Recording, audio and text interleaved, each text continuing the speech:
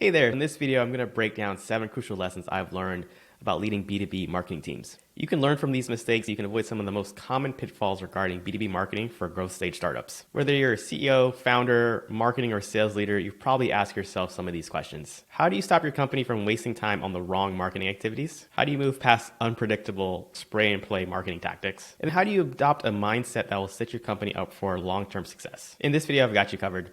My name's Orrett. Over the last 10 years, I've worked with 100 plus companies as a marketing consultant and as an agency owner. I've been the 3 times head of marketing for early stage growth companies.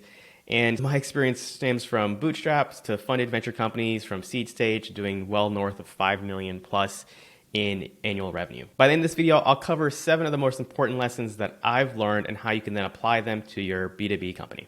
So let's go ahead and dive in. Lesson number 1, measure what you do.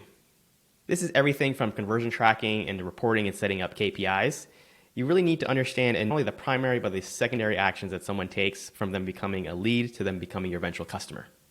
On the simplest level, you want to track leads, calls, meetings, show up rate, demo book rate, and other similar metrics. This will help you to identify bottlenecks early on as you start to grow. When most companies are starting off, they often think they have a lead problem, and it becomes a conversion problem, a show-up rate problem, and eventually a close problem.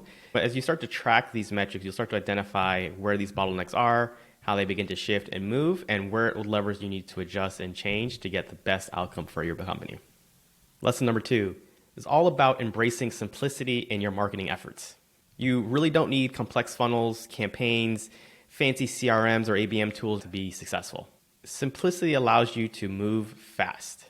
And the faster you can move and execute, the quicker you can learn. And the adage is done is better than perfect, and this very much applies with your marketing efforts. Always look to see how can you simplify, how can you do an MVP, how you can quickly test, because like I said, speed is the most important thing, and the best way to get that is to keep your marketing efforts simple as possible. Number 3 is about focusing on the macro and not just micro. For this, I'm going to use the frame of A/B testing because it may not be as important as you think, or at least the way that you're traditionally taught to think about A/B testing. What I mean by that is I have this rule of follow the 1% Facebook rule, where Facebook sees a 1% improvement by changing a button color. They make billions of dollars, but you as a company doing something like that for a small change doesn't really add up to a big result. You really need to be thinking about macro tests, as I like to call them. Instead of swapping out the color, you need to completely change your landing page or completely change a different offer, completely test new creative, because you're really looking for these 0 to 1 moments and not small incremental changes. And there's a similar approach that we take when it comes to running ad campaigns.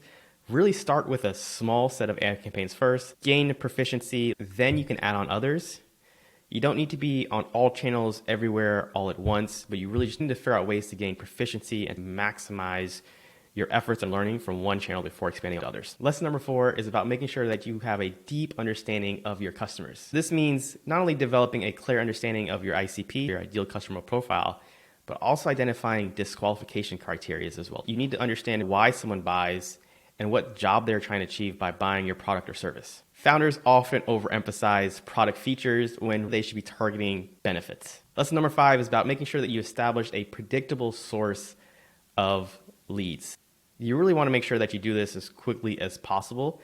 Doesn't matter the channel, it could be cold outreach, it could be paid, it could be SEO, but you need to ensure a reliable way to get people into your funnel. What we see is that companies rely very heavily on referrals early on, which can be great. They can generally close quicker, but you don't want to over-rely on referrals. It can be unpredictable. You never know when they are going to come in.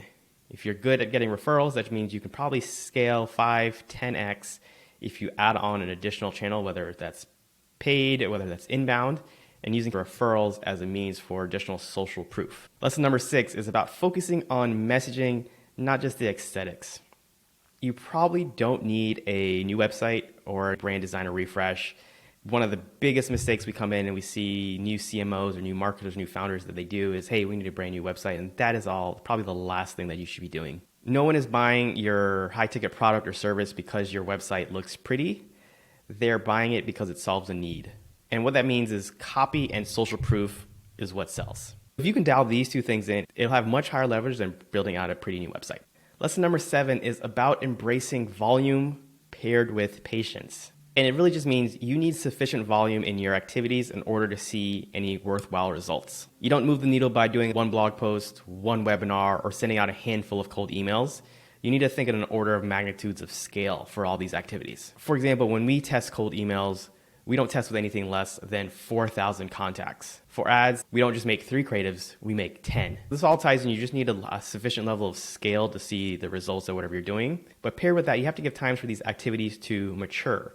So don't stop your activities too soon before they've had time to really settle in and mature. I think the best approach for most companies is to think of terms of quarters or in every 3 months when launching new activities. It took our company 6 months before we became really proficient at doing cold email. If we had given up in the first 2 weeks or first month, we wouldn't have gotten past those initial learning phases.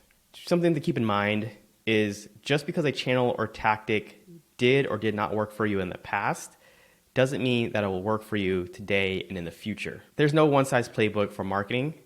Otherwise, there would be no losing companies. Every company would win because we could all just follow this pre-written playbook. Those are 7 lessons that I've learned over 10 years plus of working with B2B marketing teams. But hopefully by applying some of these lessons and this mindset, you can avoid some of the pitfalls that are most common to B2B tech companies so that you can see true marketing success. Hey, if you found this video helpful, take a look at some of the other videos that I have around B2B marketing and growth strategies. Thanks for watching. Hope to see you on the next one.